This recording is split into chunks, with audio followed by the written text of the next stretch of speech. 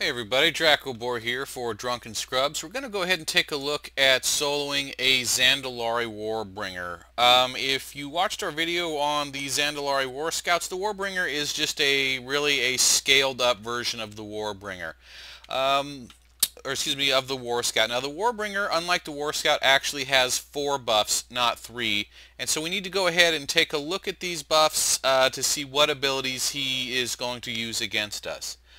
First is going to be the Thundering Sigil, which is the AoE frontal damage. It's very heavy damage, but you simply just have to get behind or outside the cone. The Star Map, which is going to be a meteor shower. Unless you take a direct hit from one of those meteors, the damage is relatively minimal. Then you have the Scarab, which is the AoE Scarab. Since we'll be on the DK, AoE won't be a problem to burn the summoned Scarabs down. And finally the Tribal Mask, which is a horror. Again, on the DK, fear is not a particularly big issue. So the big thing to note is that this particular one does not summon the Vengeful Spirit, which is the extremely hard-hitting spirit that they summon, which means that there really won't be too much kiting.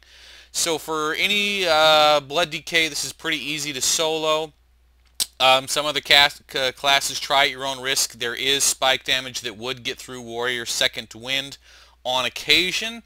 I don't know how about the kite ability, but let's go ahead here and take a look. Now, this is going to take a long time and we're probably going to pause the video, but let's go ahead now and engage.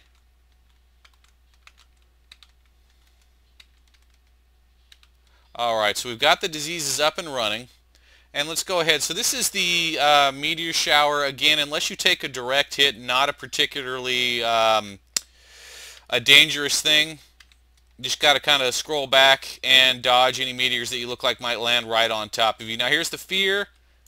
Going to go ahead and trinket the first one because I wasn't paying attention. After this I will be using Lichborn and Soul Siphon. Okay, going to move out of the way of the frontal cone damage, which was the Sigil, and now just keep the disease rolling. Now these Zandalari Warbringers will generally cast their abilities in order, so it allows you to go ahead and prepare. So right now I'm camping the anti-magic shell button for the fear that I know happens to be coming shortly. And there's that fear. Next, I will be worried about the frontal AoE damage, and I will be immediately moving behind the Warbringer. Oh, okay, this one actually hasn't done it in order. It's been my experience they generally do them in order. However, that obviously was wrong. Alright, so since we've seen every version of the abilities that this particular mob has to offer, we're going to go ahead and pause the video until such time as we are a little bit closer to its demise. Okay, we're back. We got the Zandalari War Spirit down to about 5 minutes. This is still going to be a long fight, but this should at least allow you not to have to sit through that whole thing. Really, as a DK, this fight is about managing your cooldowns and managing conversion. Without the conversion, the slow and steady heals, this would be a much more difficult fight. So if you're going to be on a DK doing this, I certainly would go ahead and take conversion. Also, I wouldn't be afraid, as a blood DK, your damage output is very minimal, so don't be afraid to go ahead and equip the PvP trinket, because sometimes he does spam fear, and that can really go ahead and put a crimp in your stock, because that's really the only time that you are vulnerable, as long as you play smart, is when you are feared.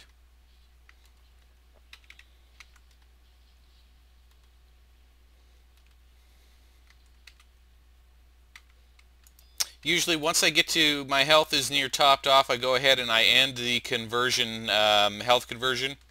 I like to save that for emergency purposes.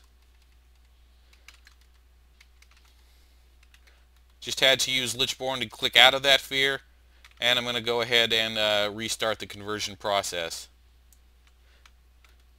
Now that was a tough one. I just absorbed a large amount of damage from the frontal damage, the shock damage. Unfortunately, sometimes the graphics really don't represent well where it is, and even though I was well behind him, I still took the damage. Nothing you can do about that, though. Okay, he's down to 3 million.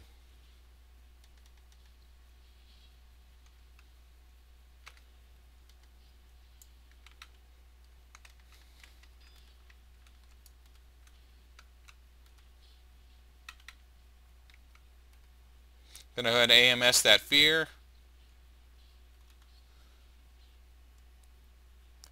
Okay, you know, we're going to go ahead and pause this for a little bit again. This video, it's just taking a little bit longer to kill him than I thought, so let's go ahead and give it a quick pause. Okay, now we've got him down to less than 1 million. Things are starting to progress. Going to go ahead and AMS that fear as well. Shouldn't be long now. As long as one of the things to shorten this fight is just constantly keep your dots on the target. Again, we hit that frontal AoE damage got us. It's very difficult to know where that is sometimes because of the sloped terrain. The graphic doesn't always represent exactly where that particular AoE damage field stops and starts. And there we go. Let's go ahead and take a look. This is obviously farm because he has big supply bags which drop a lot of very useful items for cash loot and several reputation trinkets. So we got one here from August Celestials, Claxy, etc. And let's go ahead and take a look at the cash loot, mostly just cloth. Okay, and that is the Zandalari Warbringer. The most important part of the fight is the pre-setup. You want to go ahead and take a look at his buffs to see exactly what abilities he is going to cast. That will allow you to plan your strategy or your best orientation of your group.